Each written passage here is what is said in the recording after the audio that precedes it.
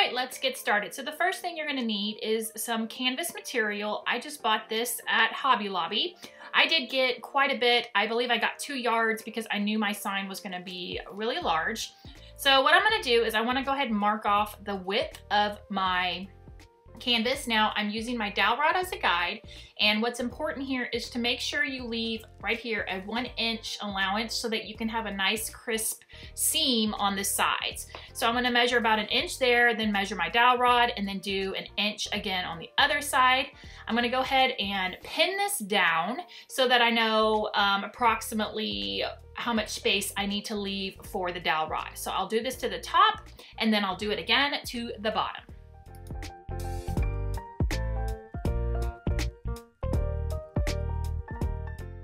My top is all pinned, so now I'm gonna work on the bottom.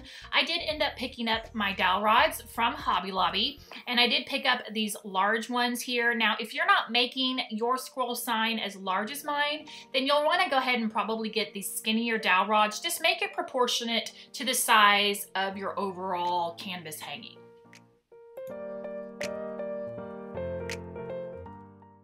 And now that it's all pinned, I am ready to go ahead and just trim off my extra fabric with my fabric scissors.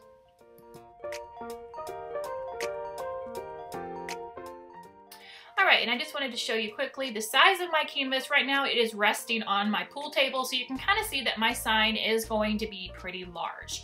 Now the next step is going to be to go ahead and press the seams for the sides of the canvas. I am choosing to use hem tape to press mine. So what I'm gonna do right now is just go ahead and first go through and press them without the hem tape, just to get a nice straight edge. Now, if you don't wanna use hem tape, you certainly could use Aleene's tacky glue, you could use fabric glue, you could sew it if you wanted to. You could go ahead and use hot glue if you want. My only concern with hot glue is if you get kind of some blobs, I'm afraid the texture would show through on the canvas. I hope that makes sense. So right now I'm just gonna press the edge, and then I'll go back and put my hem tape in there, which will make it a lot easier to make sure I get it nice and stuck.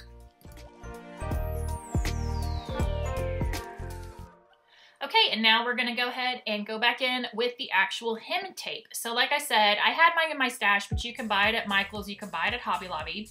Again, I am working with the sides first. So I'm going to unfold the crease that I made, and then I'm simply just going to take my hem tape and stick it along that crease. Now, this really, the reason, like I said, that I went ahead and creased it first is this way the hem tape won't shift around. If the fabric's kind of loose, you kind of have to make sure you're holding it down really well, but now I know I can just tuck the hem tape into that crease and get it exactly where I want it. So I'm gonna go through and press this hem tape down, all the way down this side, and then I will do the other side of the canvas as well.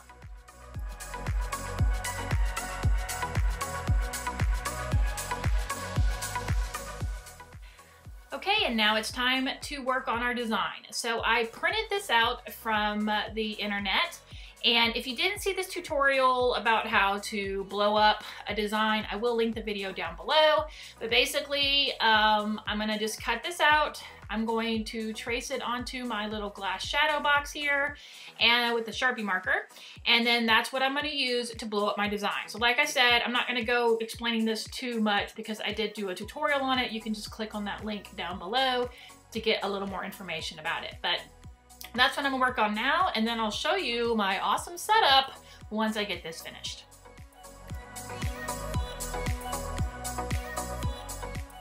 And here it is, so glamorous in all its glory. This is how I rigged it up, and as you can see, it's projecting the design onto my canvas. Yeah, I don't even know what to say other than glamorous crafting. What can I say? So it worked out great. I taped up the canvas, as you can see, with just some painter's tape, and now I'm gonna take my pencil and go in and trace it. And then once I'm done, this is what it looks like. It comes out perfectly great. And now I'm ready to move to the next step, which is painting. Okay, I'm ready to paint. So I'm gonna be using the ink Waverly chalk paint from Walmart, and I've got a variety of brushes in different sizes. Now I will go ahead and say I did try using foam brushes in this. It did not work very well. I just feel like the paintbrush is the best option. Now, if you're gonna want full coverage, which is what I intended when I started this project, you are gonna have to kind of work at it, and it will take a few coats of the paint. But as I went through painting it, I kind of liked the distressed, not full coverage look. So that's what I ended up going with. My H right here does end up being kind of full coverage, but like I said, as I went through, I realized it just looked better.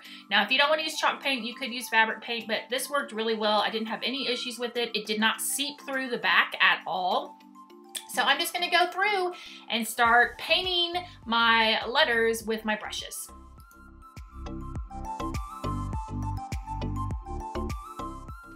While my paint is drying, I'm gonna go ahead and get my dowel rod ready. So I'm just gonna use one of these knobs that I purchased from Hobby Lobby. And now some of the knobs you can totally unscrew the screw part in there, if that makes sense, to where you're just left with the knob. But the ones I happen to pick, you could not do that. So I'm just taking my drill and drilling a hole at the end of each of my dowel rods. And then all I'm gonna do is just take the knob and screw it in. It's very, very simple. Now, if you did not want to do this, you don't have to put knobs on it if you don't want to. But like I said, you could glue them on if you're able to get that screw off the knob. So just keep that in mind if you did pick up knobs and you don't want to drill, make sure that you can do that.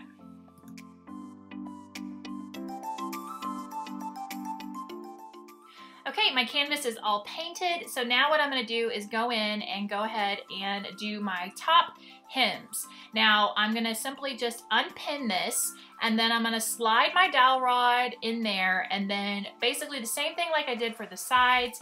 I will get some hem tape and I will just press it along the top, and then I will flip it over and do the same thing to the bottom. Okay, let me clarify. Now, you can't press the hem tape up in the seam on the top and bottom because obviously you wouldn't be able to slide your dowel rod. So that's why I have the dowel rod in there, so that I can make sure that I put the hem tape exactly where it needs to be, and then I can slide the dowel rod in and out. So this is kind of what I was talking about. It makes it a little trickier. You kind of have to get it lined up, and it takes a little bit more time, but for the top and bottom, you really don't have another option at this point. So that's what I'm gonna do for these two parts. Okay, I have got my hems all completed on the top and the bottom. And now what I'm gonna do is I'm gonna take a little bit of starch, and I'm gonna go ahead and spray a little bit of starch on my canvas. And then I'm gonna go ahead and start pressing it. As you can see, there is a pretty harsh line right there. That one was because I folded my fabric in between working on this project, because I did take about, I don't know, 2 or 3 weeks to get this project done. And that crease is just really stuck in there. You're gonna see it when I show you at the end. So I am gonna have to work on that crease just a little bit, but I'm just taking some parchment paper. I did not have any trouble pressing this. It did not affect the paint in any way. So I'm just gonna go through and start pressing this, spray a little starch, press, and do the entire canvas. Okay, we're in the home stretch here. So what I'm gonna do very quickly before the last step is my corners here, because the way that the hem is, it was kind of a double hem, so the hem tape did not stick very well on my corners. So all I'm gonna do is take some glue, sorry, this is out of shot, and just secure the corners with some hot glue on all 4 corners. And that'll just make sure it's just extra sturdy, and it's really the easiest thing to do. So I'm gonna do that on all 4 corners, and then I'll be ready for the very last step.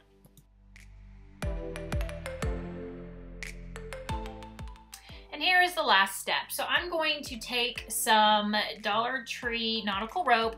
Now again, because my sign is so large, that's why I use this instead of twine. But if you're making a smaller sign, you could certainly use twine. And what I'm gonna do is I'm just gonna loop it around the end and hot glue it here. And then I'm gonna take a little bit of rope and wrap it around the top to make it a little prettier.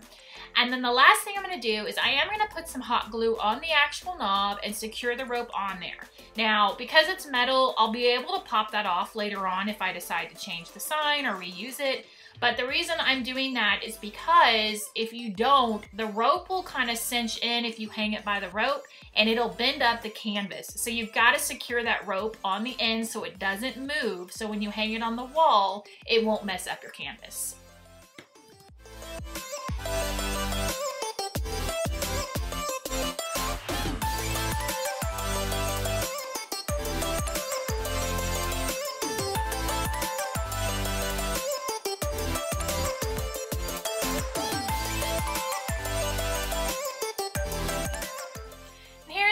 Product. It's just hanging in my dining room right now, but it will end up in my game room. I just got to decide where to put it. I am pretty happy with how it turned out. There are some areas where I am going to go back in with a little bit more paint, I think, just to clean up some areas. And then, of course, that crease I still need to get out. But overall, I'm pretty happy with how it turned out. So thank you so much for watching, guys. I really, really appreciate it. Until next time, see you later.